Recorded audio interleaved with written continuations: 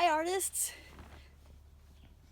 So today I'd like to show you a strange little activity. I don't know if it's an art form, but it's maybe a craft or definitely a fun activity called Dorodango. It's a Japanese term that means something like shiny mud dumpling. And it's a really good one for engage and persist because it takes some time to do. It's also a really good one for art at home because it doesn't require anything except some mud. Okay, so some of this dirt, we want it to be dry. So I just weighted down this bag with some rocks, and I'm gonna spread out my dirt out here in the sun, break up the clumps, pick out some more little rocks, and I'm gonna leave this out here for a little while to dry. Now, in the meantime, I need some mud. And how much mud do you need? Well, it depends on how big you want your mud dumpling to be. So I'm just gonna stir up some dirt in this hole and get most of the rocks out and pour in a little bit of water to make some mud. Oop, I got a big rock in there.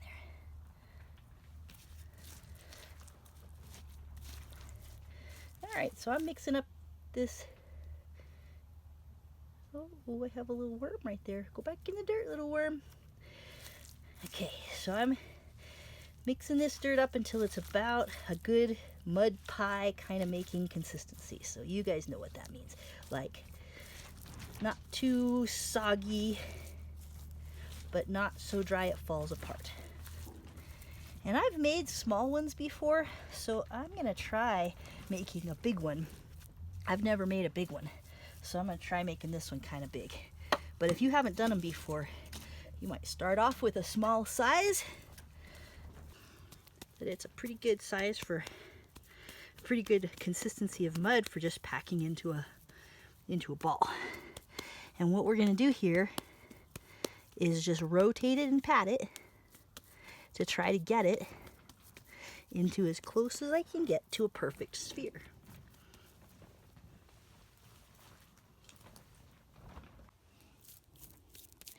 Okay, so you can see how my mud ball is starting to look pretty round, but it has enough moisture in it that it's not holding its shape very good. It's kind of getting saggy if I shake it around very much. So at this point, the next step is you start building it up with layers of dry dirt. So you find some dry dirt, and it works best if this dirt is really fine. Like if you were to run it through a screen or a colander, it would be better. But I'm just going to use my garden dirt here. And this dirt's not real dry, which is why I put that other dirt outside to get dry. But you can see how when I sprinkle it on, the smaller particles stick and the big particles fall off. And that's kind of the premise that this whole operation works on, is that fine particles will stick, big particles will fall off. And it keeps on getting smaller and smaller and smaller particles that'll stick as your dirt ball gets drier and drier. Now what's going to start to happen as you start getting a dry crust on your mud ball is it'll start acting like it wants to crack. And as soon as it does that, this is where the engage and persist part starts. You have to stop and wrap it in plastic or put it, under a bag or something like that, someplace where it can not dry out, and then you just leave it for a while. And what that'll do is it will allow, okay, I'm almost at that stage. I can see some cracks starting to happen. It will allow the moisture to equalize in your dirt ball so that it'll become more firm and less likely to crack. Okay, I think I've just about reached that stage, so I'm gonna stop and put it away and leave it for a little while. I do, however, want it to be as round as I could possibly get it right now because it's hard to change the shape later on. Okay.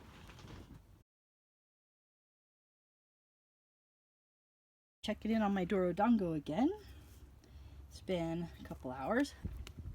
and it's worse and not better, see? And the more I mess around with it or rub over those cracks and try to heal them up, I think the worse they're getting. So maybe it will come all apart and it's actually just not going to work. But I'm going to wrap it back up in plastic and check in with it tomorrow.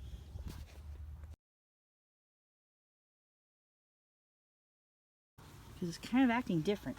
You might notice, like when I drop this on there and then turn it, see how just the fine dirt is staying?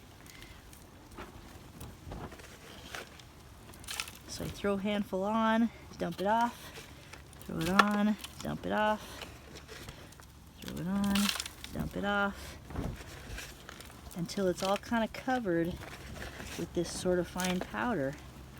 And then I've been rubbing it. And it kind of burnishes that dirt into the surface. And the cracks are still there. I don't know if they're going to go away. I don't know if it's going to break. It might. I've had them break before.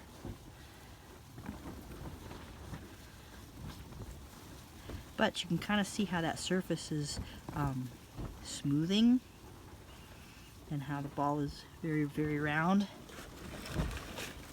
I'm do this just a little bit more and I'm going to put it away for another day. Because engage and persist, right?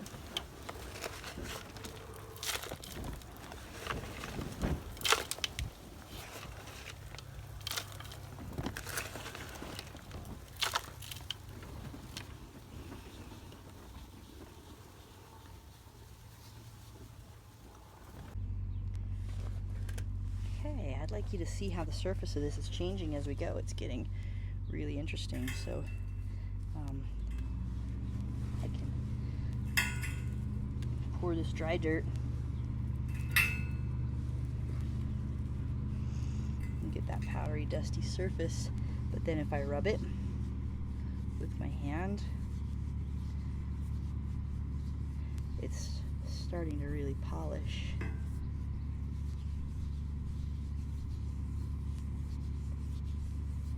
And as it does, you can start to see a really interesting hard surface coming up.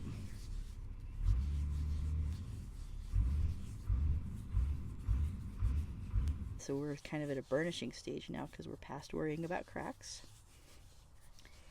And we're just letting smaller and smaller particles get on the surface of this ball. And we rub them in with our hands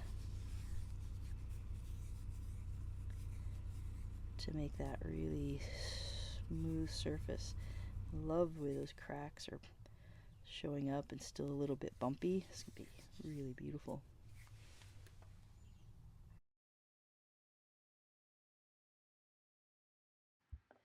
Okay, so this is a new technique that I learned about, watching YouTube videos. And in this, you use a jar to really polish the surface. So again, I'm throwing handfuls of dirt on there, rubbing it off a little bit with my hand, and I've already polished it some with that jar, and you can see there's places where the dirt's sticking and places where it's really not. So when I get the jar and start rubbing it, you'll be able to tell what's going on there. What's turning out that's happening is there's high spots and low spots, and the high spots are getting polished, and I was hoping that the low spots would get filled. It didn't actually end up that way, and I think it's because I started too late with the jar, and I probably should have started that earlier on in the process, but I still really think it's interesting that just rotating on that round surface, that one happens to be a pickle jar, but I think a little bit smaller jar would probably work better, like maybe a jelly jar or something.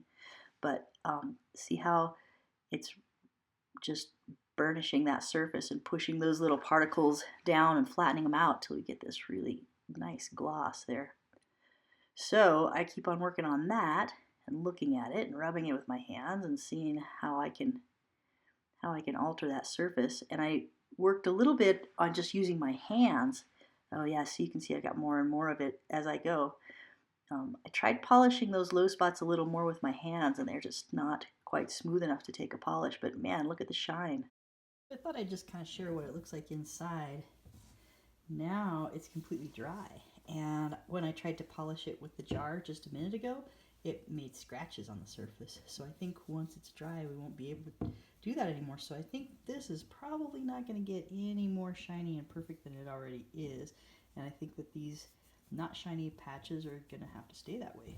But it's still pretty cool. I've never made one that was that shiny before. These are the ones that I've made in the past.